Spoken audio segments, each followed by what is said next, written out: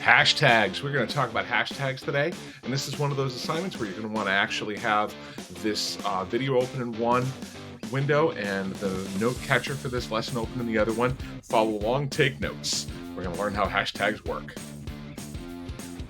So first of all, what are hashtags? Well, they allow us to filter and categorize posts. In other words, if you're posting on a particular subject, it'll raise your visibility. It kind of enhances event engagement.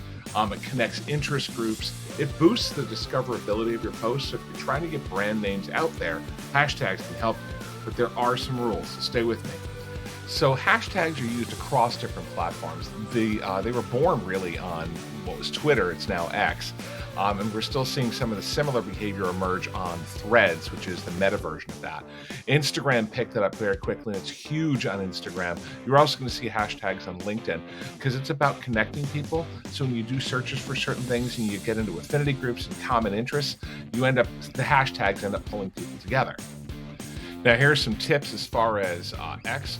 When you're using stuff on X, you want to use one or two hashtags. That's kind of your sweet spot. Don't go crazy with it. You want to focus on one clear message. Don't try to hashtag everything in the world.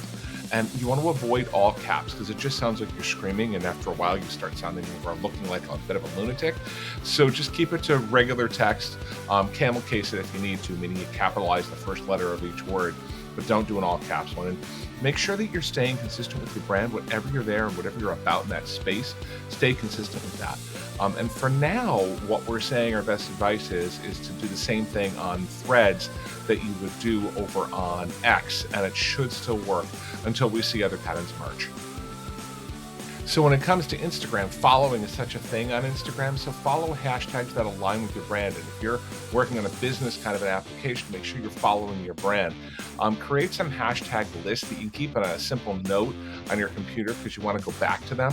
And you want to use specific tags for the audience that you're trying to put in there. And make sure that if you're doing a story on Instagram, those are like those short reels that appear for only a certain amount of time. Make sure you're hashtagging those as well, so that way you continue to pull that content into the affinity group or the brand group that you're looking for.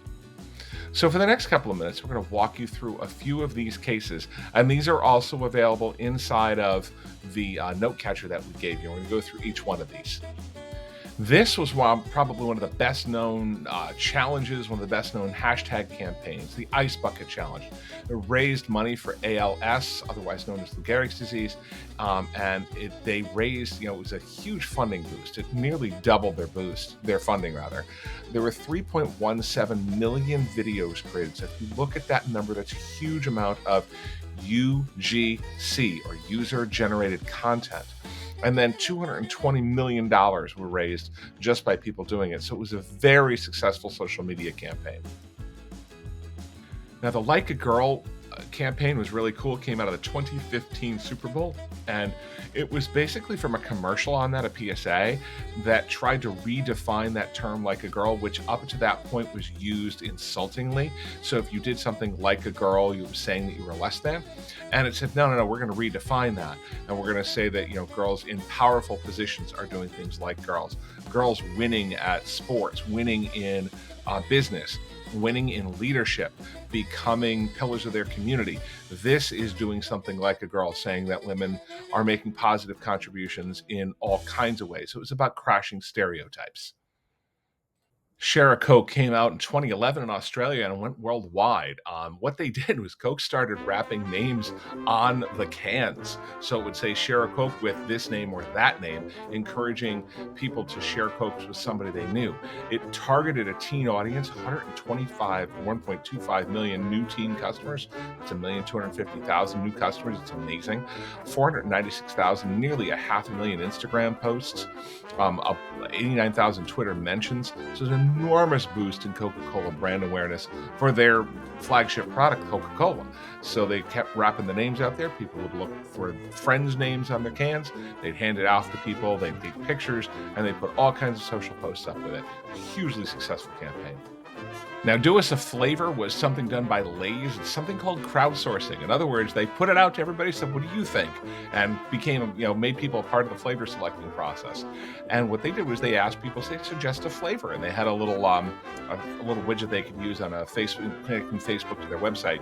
So if you sent in a flavor and they liked it, they'd actually produce an image of a bag of chips with your flavor. They wouldn't actually produce the chips; they would just produce the image of a bag of chips. And some of this, for example, you see the examples in here: biscuits and gravy potato chips, and New York Reuben potato chips, and Hero potato chips, and truffle fries. So some fun flavors that they were talking about producing. And I think they did produce a couple of them, but they didn't produce them by and large. But what it gave them was a 12% increase in snack sales that year. That's pretty amazing. And some amazing brand awareness pieces, like 22.5 million page visits and 3.8 million flavor suggestions. That's a huge brand awareness thing to make your brand known everywhere. And if you're in business and everybody knows your brand, and then people get excited about your brand because of things like biscuits and gravy chips, what's not to love? This is a UGC masterpiece called Put a Can on It. Someone in 2014 posted a picture of of a Red Bull can on their car, on their Mini Coupe, like people, do touristy pictures pushing up the Leaning Tower of Pisa and stuff. And so someone else hashtag put a can on it, and the program was born. And then people spent that year putting up millions and millions of UGC, user-generated content, in Red Bull cans doing all kinds of things, like the one in this picture where you can see the Red Bull can actually appears to be watering the garden. So it's that kind of stuff.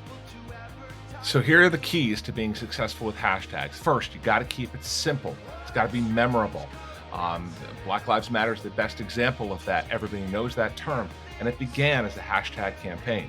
You want to encourage user participation, so encourage other people to pass it along, and make sure that it's relevant to your brand. It's relevant to what you're doing. Like Put a Can on It was definitely relevant to having the Red Bull cans on things. And then finally, when you see people using that hashtag and it's your hashtag, make sure you engage with them. Make sure you connect with them. People are doing that because they're trying to make connections in the social world. So make sure you reward that by engaging with those users. So hashtag do's or don'ts. First of all, make sure you know what your hashtags are. If you start typing in the hashtag, the app will usually tell you how popular the hashtag is, so you can do some research in advance. You want to be consistent across the platform, so whatever the hashtag is inside of one platform, make sure it's the same across all of them, and make sure it's campaign specific. Don't always just make it that same tag forever. Don't overuse it. You don't want to put lists of hashtags. You don't want overly long tags. And you don't want to hijack irrelevant trends. So you want to make sure that you're not using hashtags from stuff that really has nothing to do with you just because you hope to get connected with it. People actually reject and devalue your brand by doing that. So those are some tips and do's and don'ts. And as you research your hashtags, you're also going to want to measure it. So you're going to want to see, if you use it, did it lead to a lot of people using it? Did people like and comment and share and engage with it? And ultimately, did it lead to customers? Did it lead to people either engaging with your brand if that's what you're looking for, or buying your product if that's what you're looking for? Did you get your business goal met out of what you were trying to do? So 4 important tips as you start using hashtags. 1, start small. Go with branded. You're not going to win any friends by using 6 or 7 hashtags. 1 or 2 that really do the job. Be creative. So if you're starting your own hashtag, make sure you have a lot of consistent content that actually builds what that brand means. Take a look at your results. Make sure you're looking at whether that hashtag is being used, how often and where. And you want to stay consistent. You want to build recognition over time. If you think about certain hashtags like Black Lives Matter, which is now become a national movement, it's got an office and officers and everything. It started with a hashtag campaign. It can grow into some pretty profound things if you use it effectively.